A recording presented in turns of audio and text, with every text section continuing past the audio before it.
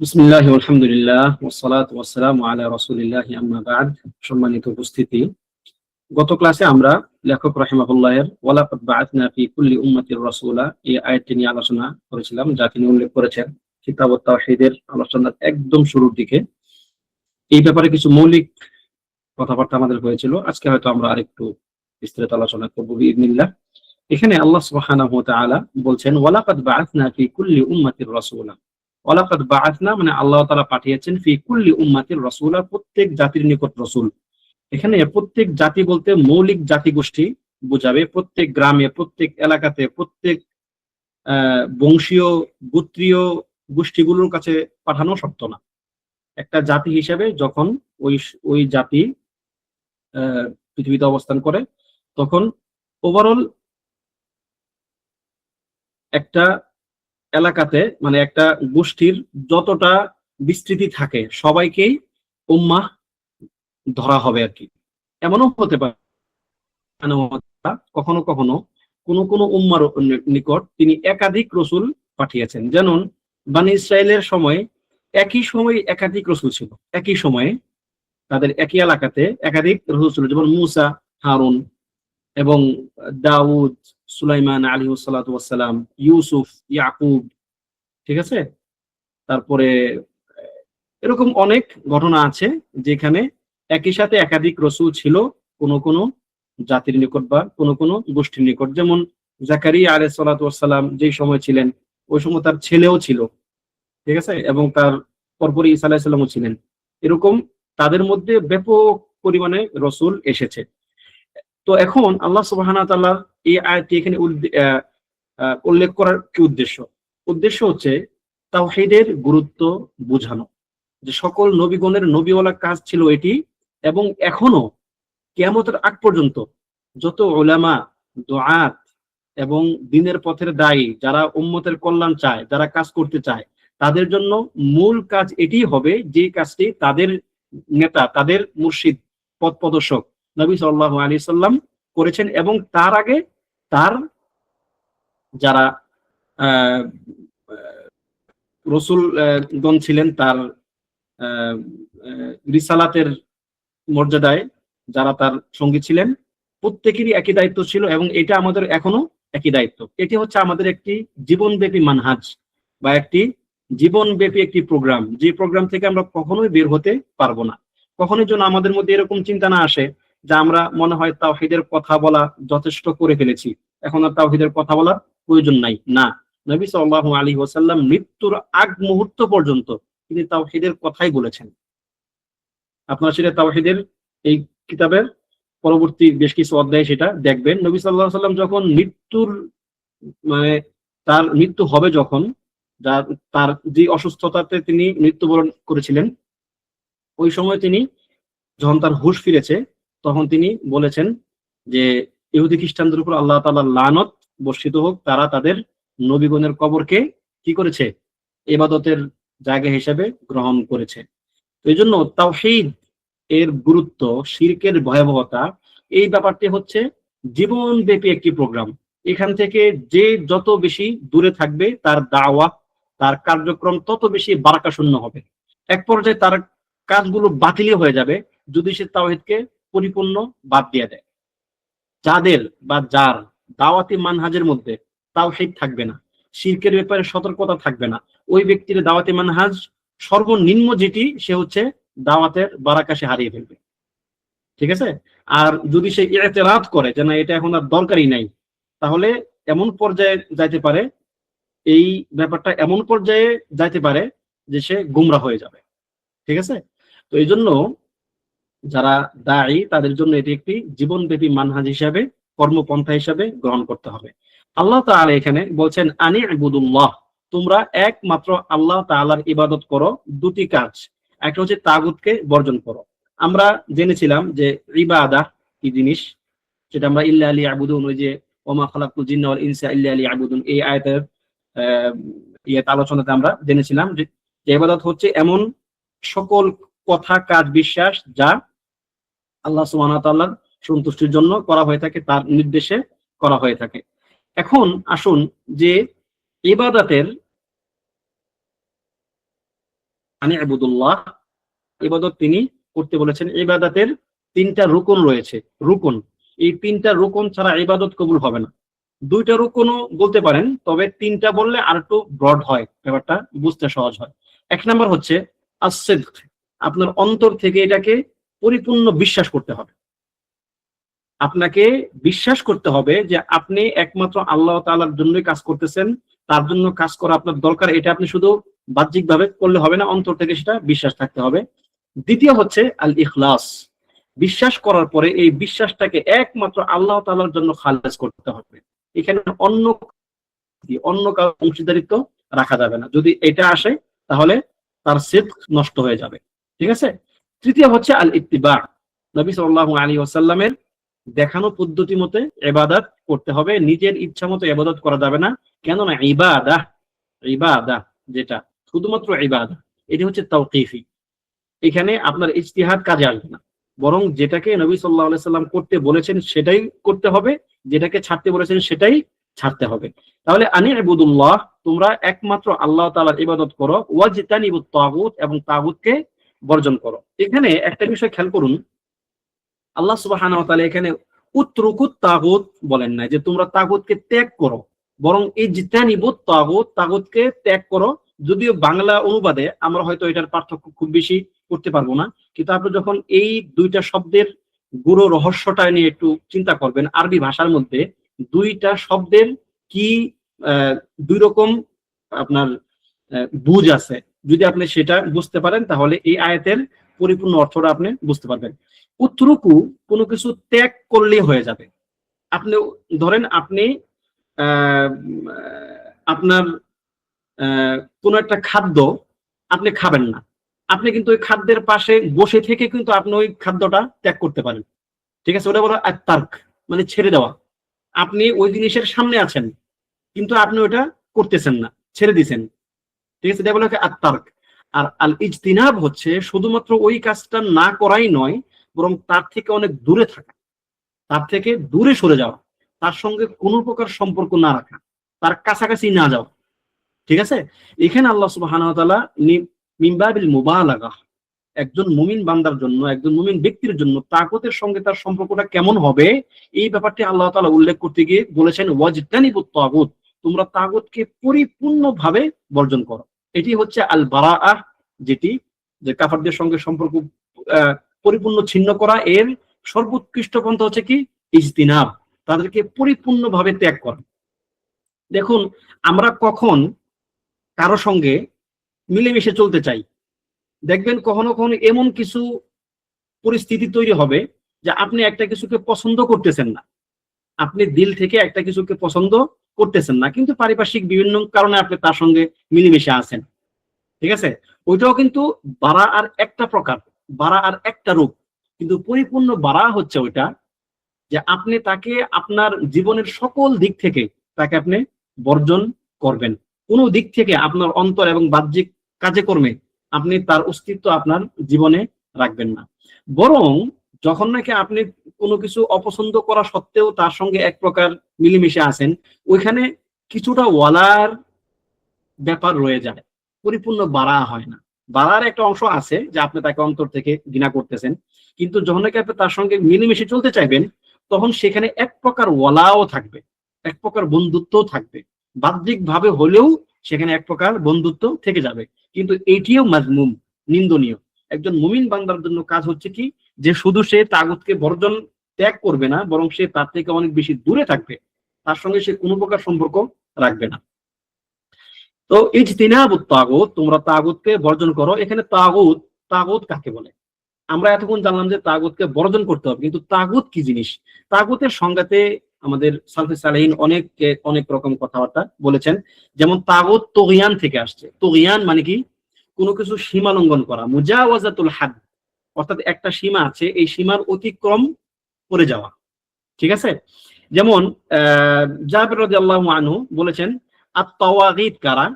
তিনি বলেন কুহান, তারা হচ্ছে গণক, যারা জ্যোতিষী ছিল আর কি। কানাত তানজিলু আলাইহিমুশ শায়াতিন, যাদের উপর ওই সময় শয়তান নাজিল হতো। এই কুহানরা কিন্তু এখনো আছে। এটি হচ্ছে খুসুস।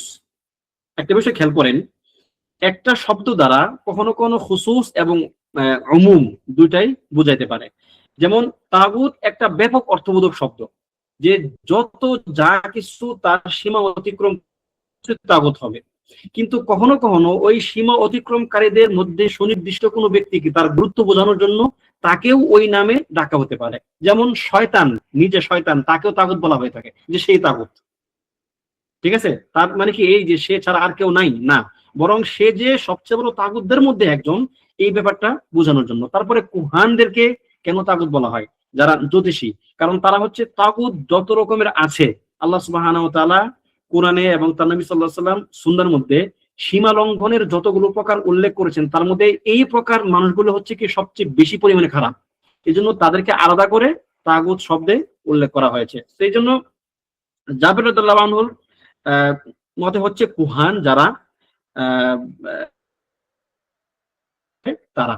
এবং ইবনু আবি হাতিম রাহিমাহুল্লাহের বর্ণনায় ওইখানে আসছে যে মালিক রাহিমাহুল্লাহ বলেন, দুঃখিত আগেরটা ইবনু আবি হাতিম বর্ণনা করেছেন, এবং মালিক রাহিমাহুল্লাহ বলেন আত-তাগুতু কুল্লু মা উবিদা মিন দুনিল্লাহ, ছাড়া অন্য সকল যাদেরকে ইবাদত করা হয় তারাই হচ্ছে তাগুত।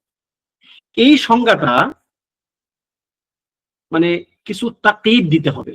এই তাকিদ, আমি তাকিদ বলি নাই, তাকিদ মানে হচ্ছে এই সংজ্ঞাকে পরিপূর্ণ নির্ভেজাল করার জন্য আপনাকে আরো কিছু শর্ত যুক্ত করতে হবে। আপনি যদি বলেন কুল্লু মা উবিদা মিন দুনিল্লাহ, আল্লাহ ছাড়া যাদেরকে ইবাদত করা হবে তারা প্রত্যেকেই তাগুত, তাহলে তো এই সংজ্ঞাতে যদি এই সংজ্ঞাটা কেউ বুঝতে না পারে আর কি, মালিক রাহিমাহুল্লাহ যে সংজ্ঞা দিয়েছেন কোনো সন্দেহ নেই এটা হক সংজ্ঞা, কিন্তু হয়তো কারো কারোর মধ্যে এরকম চিন্তা আসতে পারে তার বুঝের ঘাটতি থাকার কারণে, যে যাদেরকে ইবাদত করা হবে তারা যদি তাগুত হয় তাহলে কি ঈসা আলাইহিস সালাম তাগুত কিনা? কারণ ঈসা আলাইহিস সালামকে নাসারাগণ বা নাসারারা ইবাদত করে। তারপরে ওয়াদ্দা, সুয়া, ইয়াগুস, ইয়াউক, নাসর, নূহ আলাইহিস সালামের সম্প্রদায়ের বা তার আগের সম্প্রদায়ের যারা সৎলোক ছিল তাদেরকেও পরবর্তীতে লোকেরা ইবাদত করেছে, তাহলে কি তারাও তাগুত হবে? না, এক্ষেত্রে একটা তাকয়ীদ বা একটা শর্ত যুক্ত করতে হবে, কুল্লু মা উবিদা মিন দুনিল্লাহ ওয়া হুয়া রাদিন আন ইবাদাতিহি।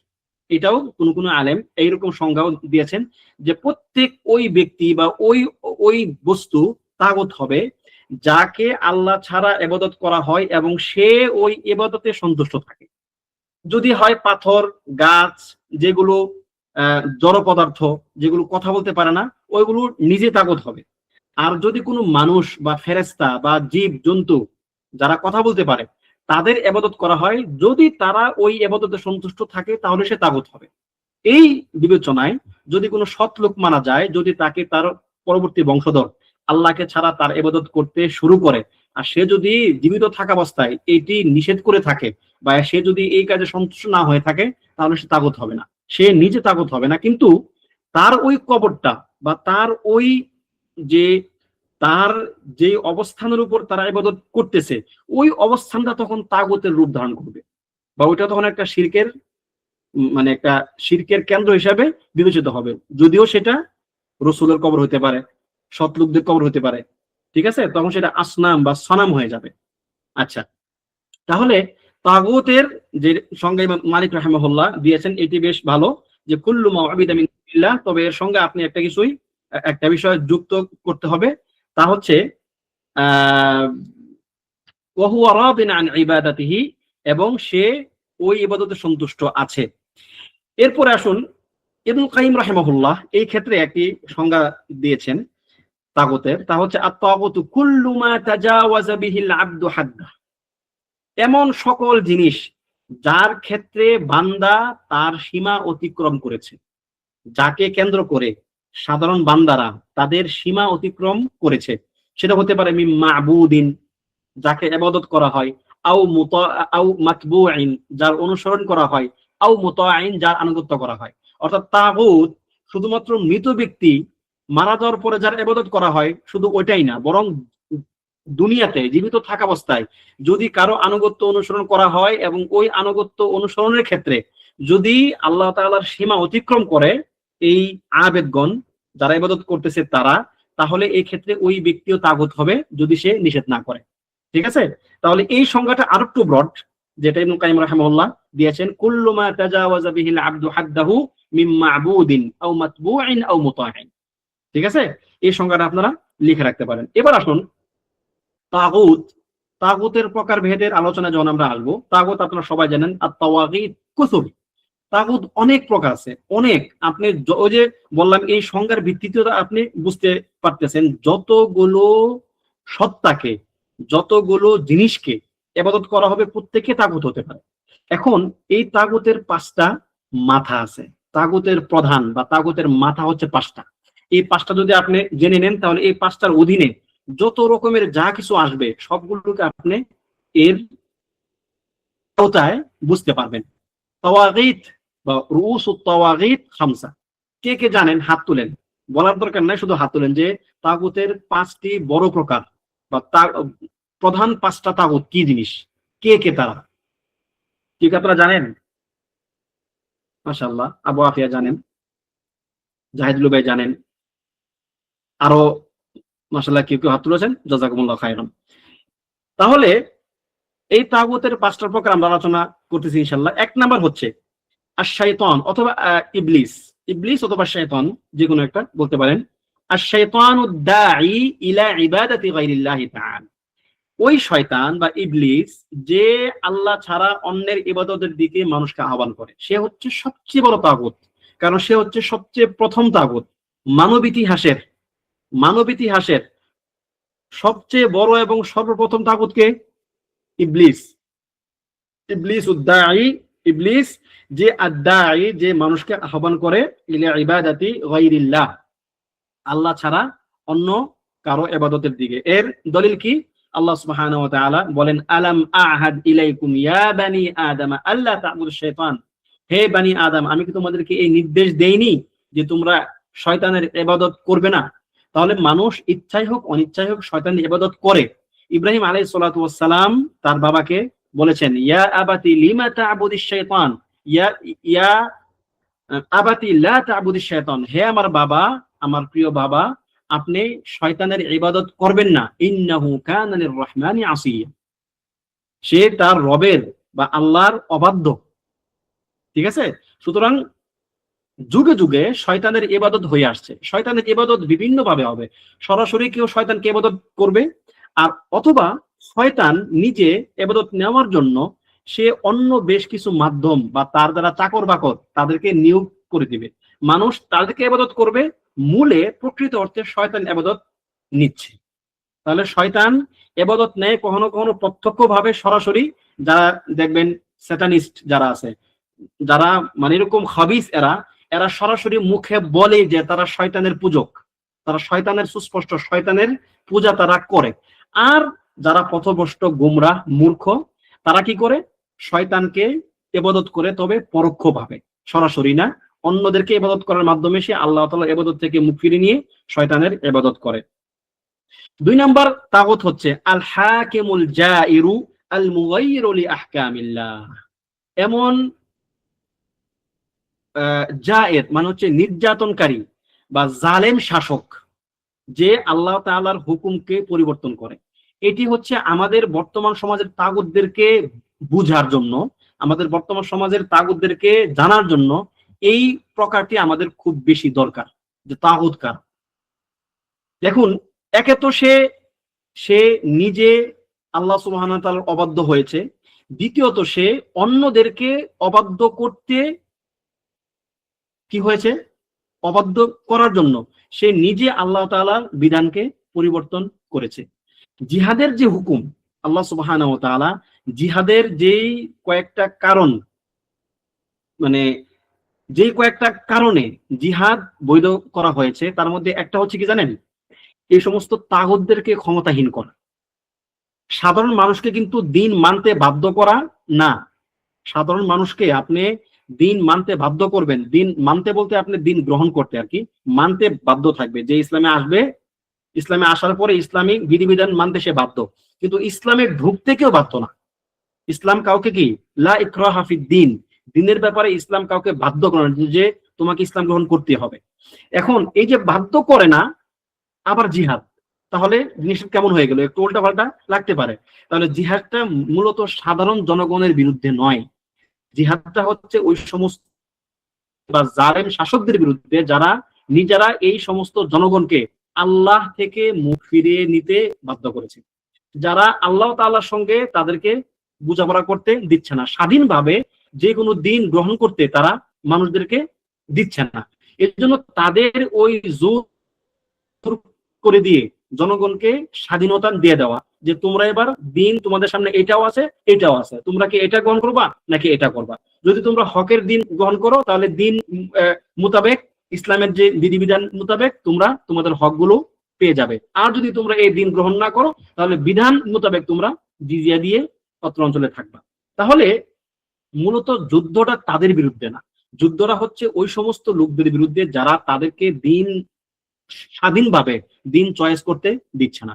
এই প্রকার লোক কারা? আল হাকিমুল জাইরুল মুগাইয়িরু লিআহকামিল্লাহি তাআলা, যারা আল্লাহ সুবহানাহু ওয়া তাআলার বিধানকে পরিবর্তন করে। এখন বর্তমান সময়ে কারা বিধানগুলোকে পরিবর্তন করে, এটা একদম আপনার স্পষ্ট, মানে এটা এখন আর বলার প্রয়োজনই নাই, এতটাই স্পষ্ট এটা।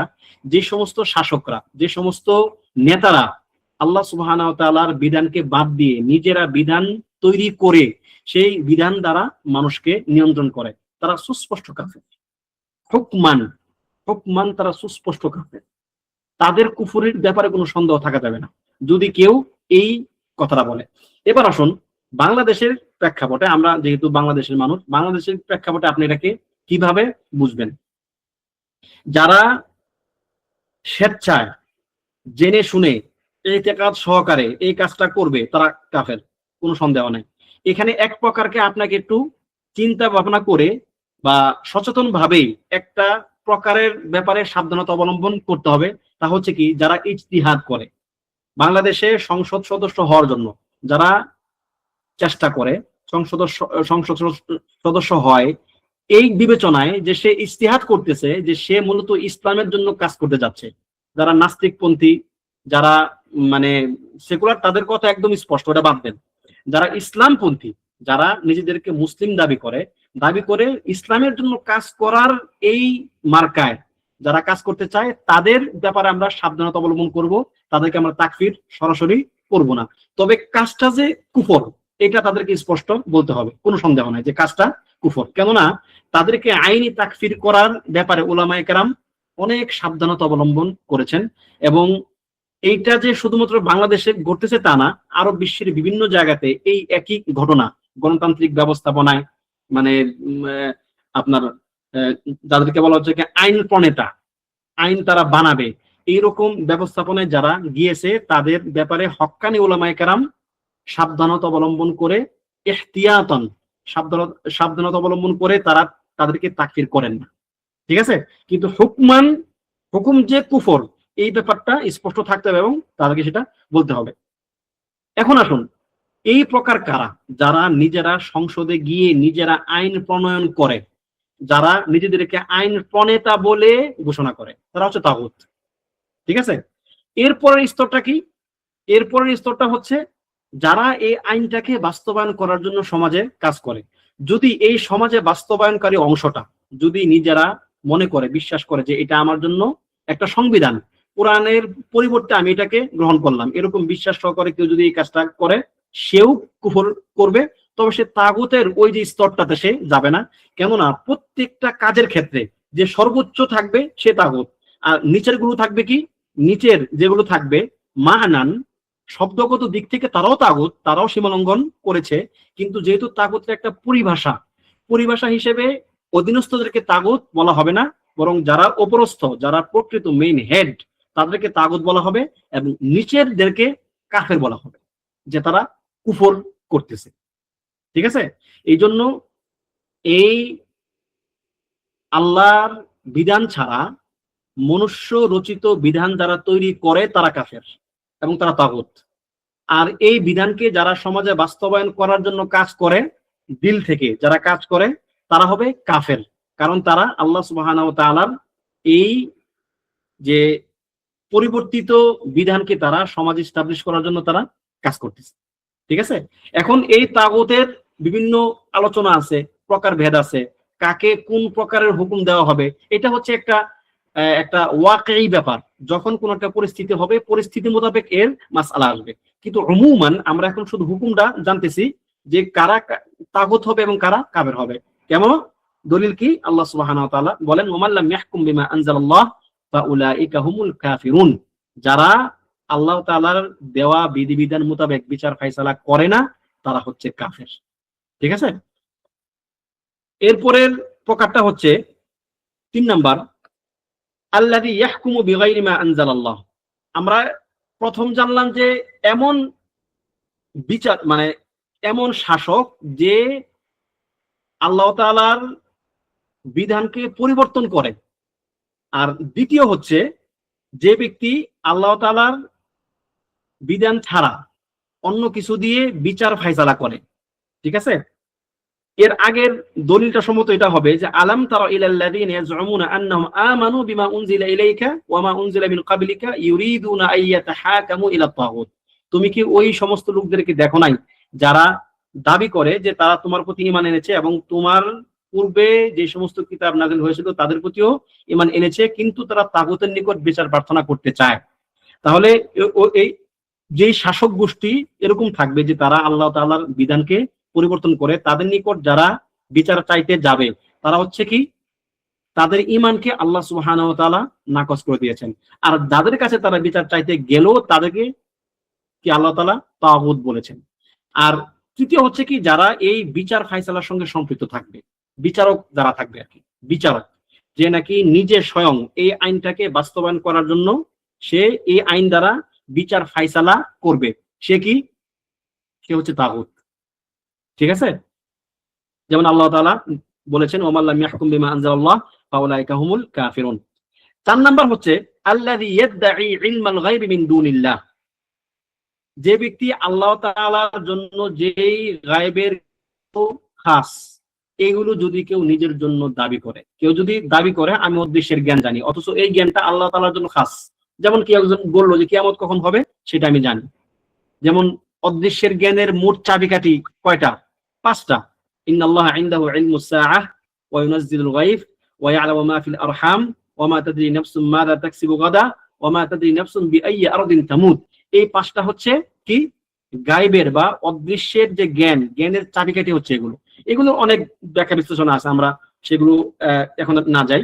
মোট কথা হচ্ছে যে যেই অদৃশ্যের জ্ঞানগুলো আল্লাহ তাআলার জন্য খাস, এই জ্ঞানগুলো অন্য কেউ যদি দাবি করে সে কি হবে? তাগুত হবে।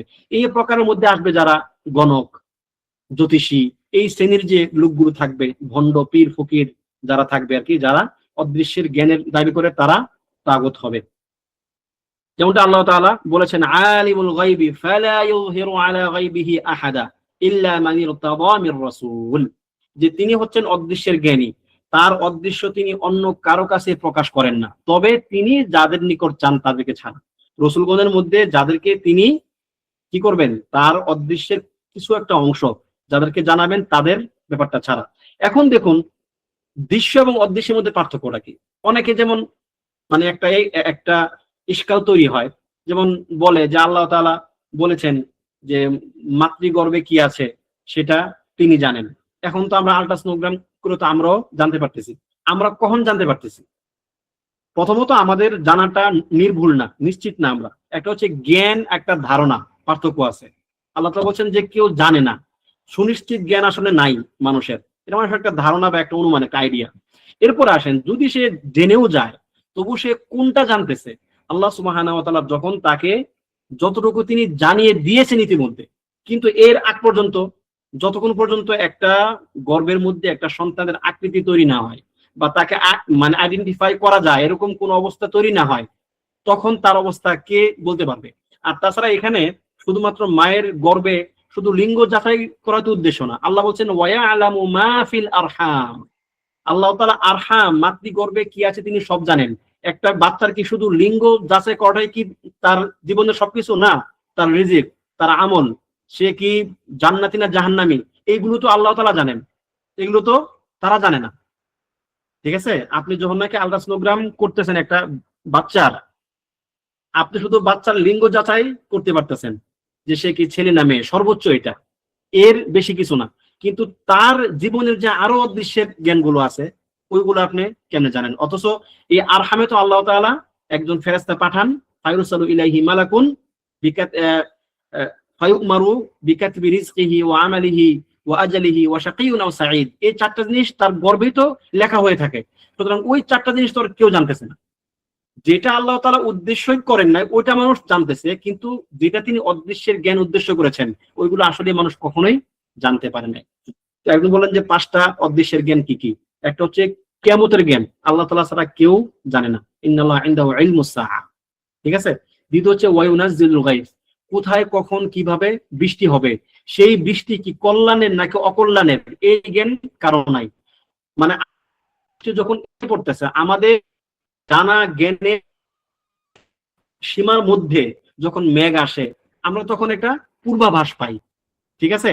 কিন্তু তার আগে বৃষ্টি কোথায় হবে, কিভাবে হবে, কতটুকু হবে, এইটা কিন্তু আমরা কেউ বলতে পারবো না। তার যেটা সবচেয়ে বড়, এই বৃষ্টি কি মানুষের জন্য কল্যাণ না অকল্যাণের সেটা তো কেউ বলতে পারবে না, ঠিক আছে। তাহলে বৃষ্টির জ্ঞান আল্লাহ তাআলার কাছে। ওয়ানাজ্জিলুল গায়ব ওয়া ইয়ালামু মা ফিল আরহাম, তিনি মাতৃগর্ভের সকল কিছু জানেন। যেটি একটু আগেই বললাম, মাতৃগর্ভে শুধুমাত্র বাচ্চার লিঙ্গ যাচাই করার কাজ না, আরো অনেক ব্যাপার আছে, সেগুলো তিনি সব জানেন, যেগুলো মানুষ এর পক্ষে কখনোই জানা সম্ভব না। এবং কি ওয়ামা তাদরি নাফসুন ওয়ামা তাদরি নাফসুন মাযা তাকসিবু গাদা, মানুষ সে আগামীকাল সে কি অর্জন করবে সে জানে না। এখানে গাদা মানে যে আগামীকাল হইতে হবে শর্ত না, তার ভবিষ্যৎ জীবনে সে কি অর্জন করবে, এই অর্জনের মধ্যে তার আমল আছে, তার রিজিক আছে, তার ভবিষ্যতে কি করবে এটা সে বলতে পারবে না, এটা কেউ বলতে পারবে না। 4 নাম্বার সর্বশেষ কি, ওয়ামা তাদরি নাফসুন বিআইয়ি আরদিন তামুত, এবং মানুষ এটাও জানে না যে সে কোথায় মৃত্যুবরণ করবে। বিআইয়ি আরদিন, সে জমিনের কোন জায়গাতে মৃত্যুবরণ করবে এটা সে বলতে পারে না, ঠিক আছে। এটি হচ্ছে সাধারণভাবে। এখন যেমন ধরুন একজনকে ফাঁসি দেওয়া হবে, সে তো জানবে যে আমাকে কালকে অমুক মঞ্চে নিয়ে ফাঁসি দেওয়া হবে। যখন সে জেনে গেল, যখন তাকে জানিয়ে দেওয়া হলো, আল্লাহ তাআলা যখন জল্লাদদের মাধ্যমে তাকে জানিয়ে দিলেন, অথবা জল্লাদরা যখন জেনে গেল, তখন তো সেটা স্পষ্ট হয়ে গেল। কিন্তু এই ঘটনার আগে জানতো সে যে সে কোন ভূমিতে কেমনে সে মারা যাবে, জানতো না। তাহলে এইগুলো হচ্ছে অদৃশ্যের জ্ঞানের 5টা চাবিকাঠি, যেটা হাদিসেও আসছে, কোরআনেও আসছে, যে মাফাতিহুল গায়বি খামসুন লা ইয়ালামুহুন্না ইল্লাল্লাহ, ঠিক আছে। হাদিসে আসছে যে অদৃশ্যের জ্ঞানের চাবিকাঠি 5টি, যা আল্লাহ তাআলা ছাড়া কেউ জানে না। চাবিকাঠি মানে কি, এই প্রত্যেকটার অংশ আবার অনেক বিস্তারিত আলোচনা আছে। দেখবেন যে অদৃশ্যের যত জ্ঞান সবই 5টার মধ্যে আছে, ঠিক আছে। তো যে সমস্ত গণক ঠাকুর বা যে কেউ অদৃশ্যের জ্ঞানের দাবি করবে সে কি হবে, সে তাগুত হয়ে যাবে। এখন এর মানে বাহ্যিক বা স্পষ্টতর যে মাধ্যমগুলো আছে সমাজে আমরা সেগুলো জানি, কিন্তু কিছু কিছু ব্যাপার আছে আমরা আমাদের প্রাত্যহিক জীবনে অনেক কিছু করি যে কাজগুলো অদৃশ্যের জ্ঞানের দাবির মতো হয়। এগুলো হুকমি না, এগুলো আমি বিশ্বাস করি না যে আমি অদৃশ্যের জ্ঞান জানি, কিন্তু আমার আচার আচরণে, আমার ভাবভঙ্গিতে মনে হয় যে আমি অনেক অদৃশ্যের জ্ঞান জানি, ঠিক আছে। যেমন একজন ব্যক্তি, সে যখন নাকি দীর্ঘ জীবন আশা করবে, সে মূলত এই প্রকার অদৃশ্যের জ্ঞানের দাবি করে। সচেতন ভাবে না, সেটা কি অবচেতন ভাবে সে মনে করে যে সে দীর্ঘদিন বাঁচবে, মানে সে অদৃশ্যের ভবিষ্যতের জ্ঞান সে জানে না। মুমিন কখনো এরকম হতে পারে না। মুমিনের আমাল, তার চাহিদা, তার স্বপ্ন, তার জীবনের চাওয়া পাওয়া, এগুলো থাকবে কি একদম সীমিত, এবং সেটা আল্লাহ তাআলার সঙ্গে সম্পৃক্ত। এই জন্য আল্লাহ তাআলা বলেছেন কি, ওয়ালা তাকুলান্না লিশাইইন ইন্নী ফাইলুন যালিকা গাদান ইল্লা আইয়াশা আল্লাহ, যে তুমি আগামী কালকে বা ভবিষ্যতে আমি কোনো কাজ করব এই কথা বলবা না ইনশাআল্লাহ বলা ছাড়া। কেননা তুমি জানো না যে তুমি কি এই কাজটা তুমি করতে পারবা কিনা। তাহলে যদি কোনো ভালো কাজের ক্ষেত্রে এরকম হয়, তাহলে আপনার জীবনের চাহিদা, স্বপ্ন, চাওয়া পাওয়া, এগুলো আপনি কিভাবে নিশ্চিত থাকেন যে আপনি এগুলো অর্জন করবেন, এবং আপনার ভাবভঙ্গিতে চলাফেরায় মনে হয় যে আপনি মনে কোনোদিন মরবেন না, আপনার সামনে মনে মৃত্যু নাই, ভাবভঙ্গি থেকে এরকম মনে হয়। তাহলে আমাদেরকে এই যে অবচেতন মনে যে আমরা অদৃশ্যের জ্ঞানের দাবি করি আমাদের বাস্তব জীবনে, এইগুলোতেও আমাদেরকে সাবধান বা সচেতন হওয়া দরকার।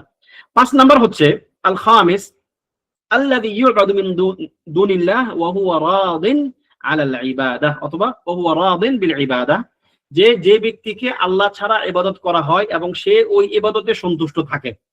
যেমনটা আমরা একটু আগে তাগুতের সংজ্ঞাতে এটি বলেছিলাম যে মান উবিদা বিগাইরিল্লাহ ওয়া হুয়া রাদিন আন ইবাদাতিহি অথবা বিইবাদাতিহি, যে ব্যক্তিকে আল্লাহকে ছাড়া মানে ইবাদত করা হয় এবং সে ওই ইবাদতে সন্তুষ্ট থাকে। ঠিক আছে? যেমন আল্লাহ তাআলা বলেছেন ওয়া মান ইয়াকুল মিনহুম ইন্নী ইলাহুন মিন দুনিল্লাহ অথবা ইন্নী ইলাহুম মিন দুনিহি ফাযালিকা নাজজিহি জাহান্নাম, যে ব্যক্তি বলবে যে আমি আল্লাহ ছাড়া আমি ইলাহ, আমি রব, আমি মালিক, ঠিক আছে, তাহলে কি হবে? ফাযালিকা নাজজিহি জাহান্নাম, আমি তাকে জাহান্নামে প্রবেশ করাবো। কাযালিকা নাজজিয যালিমিন, আর এভাবে আমি জালেমদেরকে প্রতিদান দিয়ে থাকি। তাহলে যারা নিজেদেরকে নিজেদের উলুহিয়ত দাবি করবে, তার মধ্যে সর্বাগ্রে ঠিক আছে, এরকম এই টাইপ পর্যন্ত যারা হবে প্রত্যেকেই। এখন এর মধ্যে ওইটাও হবে তাত্ত্বিক ভাবে আর কি, আপনি যদি পরোক্ষভাবে চিন্তা করেন, যারা নিজেদেরকে আইন প্রণেতা দাবি করে, যারা মনে করে বিশ্বাস করে যে আমি আইন বানাইতে পারি, সেও কিন্তু এক প্রকার উলুহিয়াত দাবি করলো। আমরা এই জন্য আপনাদেরকে বলি যে তাওহীদুল হাকামিয়া আলাদা দরকার না, কারণ এটা হচ্ছে উলুহিয়ার অংশ। এটা আল্লাহ তাআলা আমাদেরকে বিধান দিচ্ছেন, আল্লাহ তাআলা আমাদেরকে কি করছেন? বিধান দিচ্ছেন। বিধান বিধান থেকে আসবে। আলা লাহুল খালকু ওয়াল আমর, আল্লাহ তাআলার জন্য সৃষ্টি, তিনি সৃষ্টি করেন এবং তিনি বিধান দেন। আল্লাহু ইয়াহকুমু লা মুআক্কিবা লিহুকমি, তিনি বিধান দেন, তার বিধানকে যাচাই করার কেউ নাই। লিল্লাহিল লিল্লাহিল লিল্লাহিল আমরু জামিআ, সকল নির্দেশ দেওয়ার অধিকার কার? একমাত্র আল্লাহ সুবহানাহু ওয়া তাআলা। সুতরাং যে জিনিসটা আল্লাহ তাআলার জন্য খাস, ওইটা যদি কেউ মনে করে যে আমি এই কাজটা করতে পারি, আমার এটা অধিকার আছে, তাহলে সে এই প্রকারের অন্তর্ভুক্ত হবে। যদিও সে ওই যে আমরা আগে যেটা বললাম, যারা আল্লাহ তাআলার বিধানকে পরিবর্তন করে, সেখানেও সে পড়তেছে। সুতরাং এই অংশে আমাদেরকে খুব বেশি সাবধান সচেতন থাকা দরকার। সাবধান সচেতন এইভাবে থাকার কথা বলতেছি না যে আপনি তাগুত হবেন, কারণ না, মানে আপনার তাগুত হওয়ার হয়তো চান্স থাকবেই না। তাগুত সবাই হতে পারে না, তাগুত হওয়ার জন্য এক প্রকার যোগ্যতা লাগবে। ঠিক আছে? এখন তাহলে মানে আমাদের দিক থেকে সাবধানতার ব্যাপারগুলো কি? আমাদের দিক থেকে সাবধানতার ব্যাপারগুলো হচ্ছে ওয়াজতানিবুত তাগুত। এই প্রকার লোক যারা থাকবে, এই প্রকার মানুষ, এই প্রকার বস্তু, এই প্রকারের এই শ্রেণীভুক্ত যারাই থাকবে, ঠিক আছে, সকল থেকে আমরা আমাদের সম্পর্ক ছিন্ন করব। আমরা প্রত্যেককেই পরিত্যাগ করব, কেননা তাদেরকে পরিত্যাগ না করলে আমাদের ঈমান পরিপূর্ণ হবে না। বরং পরিপূর্ণ কেন বলছি, ঈমান আনাই হবে না। কেননা আল্লাহ তাআলা ঈমান আনার জন্য দুইটা শর্ত দিয়েছেন। ফামান ইয়াকফুর বিত-তাগুত, প্রথম কাজ হচ্ছে যে ব্যক্তি তাগুতকে কুফরি করবে। কোরআনে এক জায়গায় তো ফামান ইয়াতরুকুত তাগুত নাই, ঠিক আছে, এক জায়গায় আসছে কি ইজতানিবুত তাগুত, এবং আছে ওয়াল্লাযীনা ইজতানাবুত তাগুত আইয়াবুদুহা ওয়া আনাবু ইলাল্লাহ লাহুল বুশরা। আর এক জায়গায় আসছে কি ফামান ইয়াকফুর বিত-তাগুত, যে ব্যক্তি তাগুতের সঙ্গে কুফরি করবে, তাগুতকে সে অস্বীকার করবে, যে না আমি শুধু তোমার থেকে দূরে তা না, আমি তোমাকে অস্বীকার করলাম, কাফারনা বিকুম, এরকম সুস্পষ্ট কুফরি করবে। এরপরে ওয়ায়ুমিন বিল্লাহ, এবং তাগুতকে বর্জন করার পরে সে আল্লাহ তাআলার প্রতি ঈমান আনবে, সে কি হবে? ফাকাদ ইসতামসাকা বিল উরওয়াতিল উসকা, সে আল্লাহ তাআলা শক্ত একটি রজ্জু ধারণ করলো, যা লা ইনফিসামা লাহা, যে রজ্জু বা যে হাতল কখনোই ভাঙবে না বা ছিঁড়বে না। ঠিক আছে? দেখুন, ঈমান অন্তরে স্থির হওয়ার আগে কেন তাগুতকে বর্জন করা দরকার? মা জাআলাল্লাহু লিরাজুলিন মিন কলবাইনি ফি জাওফি, আল্লাহ সুবহানাহু ওয়া তাআলা কারো ভিতরে দুইটা হৃদয় দেন নাই, যে সে এক হৃদয়ে এক কাজ করবে, আরেক হৃদয়ে সে আরেক কাজ করবে। মানুষের হৃদয় একটা, সে যদি কাউকে ভালোবাসে, সে একজনকেই ভালোবাসতে পারবে। চূড়ান্ত ভালোবাসা সে একজনকেই বাসতে পারবে, চূড়ান্ত আনুগত্য সে একজনকেই করতে পারবে, চূড়ান্ত ইবাদত সে একজনকেই করতে পারবে। সুতরাং যদি আপনি এটাকে আগে খালি না করেন, আল্লাহ সুবহানাহু ওয়া তাআলার ভালোবাসা, তার ইবাদত, তার আনুগত্য এই অন্তরে স্থান দিতে হলে আগে ওই জায়গাটা পবিত্র করতে হবে, যাবতীয় শিরিক কুফর থেকে, তাগুতের যে অনুসরণ সেটা থেকে। ওই জায়গাটাকে পাক পবিত্র করে আপনি সেখানে তাওহীদকে স্থান দিবেন। যদি এই পর্যায়ে না আসে, তাহলে কি, যে তাওহীদটা আপনি স্থান দিলেন, দাবি করতেছেন, ওই তাওহীদটা হয়ে যাবে শিরিক মিশ্রিত একটি বাতিল জিনিস, যেটা আল্লাহ সুবহানাহু ওয়া তাআলা বলেছেন কি ওয়ামা ইউমিনু আকতারুহুম বিল্লাহি ইল্লা ওয়া হুম মুশরিকুন, যে তাদের অধিকাংশই ঈমান আনা সত্ত্বেও মুশরিক। অথবা অন্য অর্থে যদি বলেন যে তারা অধিকাংশই ঈমান এনেছে এরপরেও তারা শিরিক। ঈমান এনেছে একটা দিক থেকে, সে মনে করতেছে, দাবি করতেছে, কিন্তু তার শিরিক থাকার কারণে তার অন্তরের মধ্যে, তার ইবাদতের মধ্যে তার ওই ঈমানটা আল্লাহ তাআলার নিকট গ্রহণযোগ্য না। ঠিক আছে? তাহলে আমাদেরকে তাগুতকে বর্জন করতে হবে কয়েকটা কারণে, যদি পারেন নোট করে রাখেন। এক নাম্বার হচ্ছে কি, এটি হচ্ছে ঈমান আনার অন্যতম একটি শর্ত। ঈমান কবুল হওয়ার শর্ত হচ্ছে কি আপনাকে আগে তাগুতকে বর্জন করতে হবে। দ্বিতীয়ত, আল্লাহ তাআলার পক্ষ থেকে সুসংবাদ প্রাপ্ত এই ব্যক্তিরা, ঠিক আছে, যেমন আল্লাহ তাআলা কি বলেছেন, ওয়াল্লাযীনা ইজতানাবুত তাগুতা আইয়াবুদুহা ওয়া আনাবু ইলাল্লাহ লাহুমুল বুশরা ফাবাশশির ইবাদ, যারা তাগুতের ইবাদত থেকে নিজেদেরকে দূরে রাখবে এবং আল্লাহ তাআলার দিকে ধাবিত হবে বা আল্লাহ তাআলা মুখী হবে, অভিমুখী হবে, তাদের জন্য রয়েছে সুসংবাদ। আমার ওই সমস্ত বান্দাদেরকে আপনি সুসংবাদ দান করেন। ঠিক আছে? সুতরাং আল্লাহ তাআলার পক্ষ থেকে সুসংবাদ পাওয়ার জন্য তাগুতকে বর্জন করা দরকার। তৃতীয় হচ্ছে, বরং এটাই সবার আগে, যে রসুলগণের দাওয়াতকে সাকসেসফুল করার জন্য আমাদেরকে তাগুতকে বর্জন করতে হবে। কেননা প্রত্যেক রসুলের দাওয়াতের মূল মাকসাদ এটাই ছিল যে তারা তাগুত থেকে মানুষকে দূরে রাখবে। ঠিক আছে? এরকম অনেকগুলো দিক চিন্তা করে আপনাকে তাগুতের সঙ্গে চূড়ান্ত রকমের সম্পর্কহীনতা আপনার থাকতে হবে, যেমনটা আমাদেরকে মিল্লাতে ইব্রাহিম শিখিয়েছে। ইব্রাহিম আলাইহিস সালাতু ওয়াস সালামের আদর্শ আমাদেরকে এটাই শিখায় যে তাগুতকে পরিপূর্ণ বর্জন করতে হবে। শুধুমাত্র বর্জন না, তার প্রতি শত্রুতা, তার প্রতি বিদ্বেষ, চরম রকমের ঘৃণা পোষণ করতে হবে। লাকাদ কানাত লাকুম উসওয়াতুন হাসানাতুন ফি ইব্রাহিম ওয়াল্লাযীনা মাআহ, তোমাদের জন্য রয়েছে ইব্রাহিম এবং তার সঙ্গে যারা আছে সকল রাসূলগণ। ওয়াল্লাযীনা মাআহ মানে কি? সকল রাসূলগণ, তার সঙ্গে সকল রাসূলগণ, সকল রাসূলগণের মধ্যে রয়েছে তোমাদের জন্য আদর্শ। ইয ক্বালু লিকাওমিহিম, যখন তারা তাদের জাতিকে বলেছে, ইন্না বুরাআউ মিনকুম, আমরা তোমাদের থেকে আজকে থেকে সম্পর্ক ছিন্ন করলাম, তোমাদের সঙ্গে আমাদের আর কোনো সম্পর্ক নাই। ইন্না মানে বুরাআউ মিনকুম, আমরা তোমাদের থেকে অনেক দূরে। ইন্না বুরাআউ মিনকুম ওয়া বাদা বাইনানা ওয়া বাইনাকুমুল আদাওয়াতু ওয়াল বাগদা, যে তোমাদের মধ্যে আমাদের মধ্যে আজকে থেকে শত্রুতা এবং বিদ্বেষ শুরু হয়ে গেল। বিদ্বেষ হচ্ছে অন্তরে, শত্রুতা হচ্ছে বাহিরে। যদি কারো অন্তরে বিদ্বেষ না থাকে সে শত্রুতার প্রকাশ করতে পারবে না। যদি কারো অন্তরে ভালোবাসা থাকে সে কি ওয়ালা প্রকাশ করবে। কিন্তু যদি কারো অন্তরে বিদ্বেষ থাকে তাহলে সে বারা প্রকাশ করবে বা শত্রুতা প্রকাশ করবে। সুতরাং বুগদ অন্তরে থাকা লাগবে। বাহ্যিক ভাবে তাদেরকে আপনি দূরে আছেন, অন্তর থেকে তাদেরকে আপনি ঘৃণা করতে পারতেছেন না, তাদের কাজগুলোকে আপনার ভিতরে খুব বেশি খারাপ লাগতেছে না, না এটা ঠিক না, বরং এটা বাড়া আর অংশ না এটা। ঠিক আছে? তাহলে ওয়াবাদা বাইনানা ওয়া বাইনাকুল আদাওয়াতু ওয়াল বাগদা, আদাওয়া প্রকাশ্য শত্রুতা এবং আন্তরিক ঘৃণা আজকে থেকে শুরু হয়ে গেল। বাদা মানে প্রকাশ হয়ে গেল। হাত্তা তুমিনু বিল্লাহি ওয়াহদা, যতক্ষণ না তোমরা একমাত্র আল্লাহর প্রতি ঈমান আনবে। ঈমান আনার পরে সে আমার ভাই। তারা আজকে যদি নেতানিয়াহু ঈমান আনে, সে যে কয়েক হাজার মানুষ, কয়েক হাজার মুসলিমকে হত্যা করছে, আমি সব ভুলে যাব, সে তো আমার মুসলিম ভাই।